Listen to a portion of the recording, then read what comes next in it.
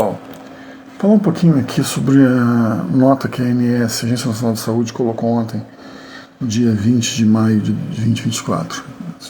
Esse vídeo está sendo gravado no dia seguinte, para a gente poder ter um pouco de calma para poder ler. O mercado está um burburinho absolutamente danado sobre a questão das regras de cancelamento. E por que a maioria das pessoas não leem de maneira nenhuma o contrato que fazem? As pessoas não leem as cláusulas de cancelamento. As pessoas normalmente estão preocupadas com o valor que elas estão pagando, estão preocupadas com a rede credenciada e com as carências. Não estão preocupadas com a estrutura do produto. Não estão preocupadas com a questão financeira do produto. Muitas pessoas às vezes são pegas de surpresa quando mudam de faixa etária ou quando elas contratam um produto. Elas têm 23 anos, fazem 24 anos e sofrem um aumento. Ou quando elas têm 48 anos, fazem 49 e tem um aumento cada vez maior. Então, um dos grandes problemas que eu estou vendo aqui, e essa nota da Agência Nacional de Saúde é extremamente bem interessante, que ela explica o seguinte, que as rescisões têm regras. Não é tirada da cabeça de alguém e fala, vou cancelar o seu contrato, não. Existe uma regulação para isso. Uma das coisas importantes que a gente tem, principalmente nos planos individuais e familiares, é a questão de fraude e inadimplência. Inadimplência a partir de 60 dias, somados, chegam a 60. Sendo que com 50 dias a operadora é obrigada a te avisar que você está com risco de cancelamento unilateral.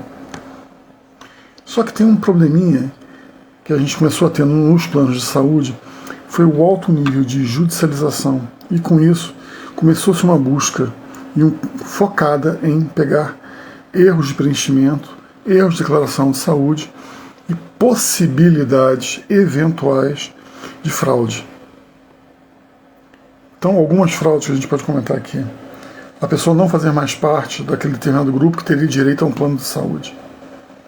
Ou ele fez uma determinada idade, não foi retirado do plano, ou então ele simplesmente não faz mais parte daquele grupo com uma categoria funcional. Então, esse é motivo de cancelamento do produto.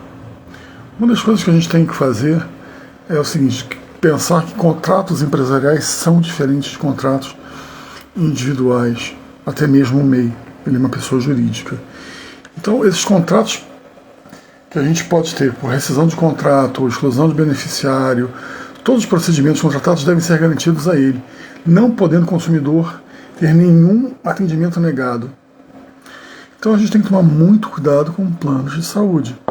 Plano de saúde é uma atividade financeira também, e é uma transferência de risco da sua saúde para uma empresa, no caso de utilizar, ou como a gente diz em seguros, ter sinistros aplicados à parte de saúde. Agora tem um problema que as pessoas ficam com dúvida, que é o seguinte, vou ficar sem plano de saúde se eu tiver alguém internado. Então vamos lá, os planos coletivos é lícita a rescisão de contrato por parte da operadora com beneficiários em tratamento. No entanto, se houver a rescisão do contrato de plano coletivo por qualquer motivo e existir algum beneficiário dependente de internação, a operadora deverá arcar com todo atendimento até alta hospitalar. Da mesma maneira que os procedimentos autorizados na vigência do contrato deverão ser cobertos pela operadora, uma vez que foram solicitados quando o vínculo do beneficiário ainda estava ativo. Se eu tinha um vínculo que estava ativo, foi me dada uma autorização, eu tenho que finalizar esse tratamento. E tem uma coisa que é importante, continuidade de assistência. Você tem direito de continuidade de assistência. Existe uma regulação que é a ERN 438 de 2018. E você tem uma questão que é muito importante, que é a portabilidade de carências durante 60 dias quando você termina o seu plano de saúde. Então a gente tem duas coisas que são importantes as pessoas saberem. Desculpe. A carta de permanência, que não é um prazo específico para você solicitar a carta de permanência.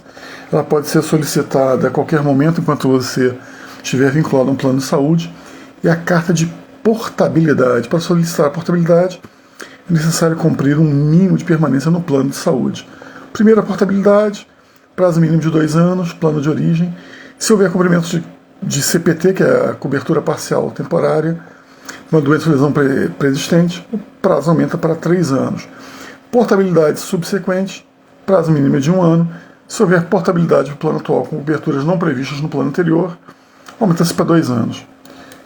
Você pode ter um plano com determinado tipo de cobertura, até um tipo de acomodação, mudar para outro e sofrer uma CPT ou uma carência específica para aquele produto. Às vezes eu tenho um plano pequenininho, quero mudar para um plano maior, por isso é importante entrar no site da ANS e ver a compatibilidade dos planos.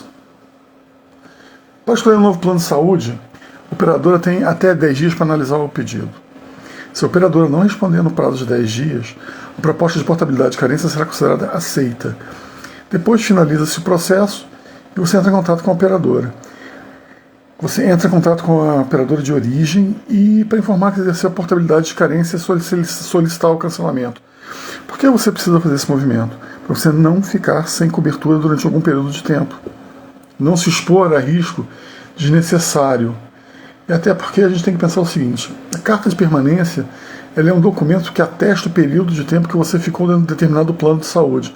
Ela é um comprovante essencial de que você deseja realizar uma portabilidade e confirma que o beneficiário, você e os seus beneficiários, cumpriram o tempo mínimo necessário com o seu plano atual. A principal finalidade de uma carta de permanência é fornecer uma prova oficial que o beneficiário manteve-se adimplente e ativo no plano de saúde por um período específico. Lembra que pode ser cancelado por inadimplência? Você está provando que você ficou um determinado período de tempo que você é adimplente em relação ao plano. E a carta de portabilidade, por outro lado, é uma carta que permite a mudança de plano de saúde para outros sem necessidade de cumprir um novo período de carência, entre você e a Agência Nacional de Saúde direto, que vai fazer essa intermediação.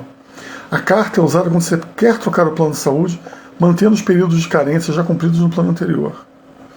Portanto, a diferença entre essas cartas de permanência e a carta de portabilidade é notável, pois a primeira é um pré-requisito.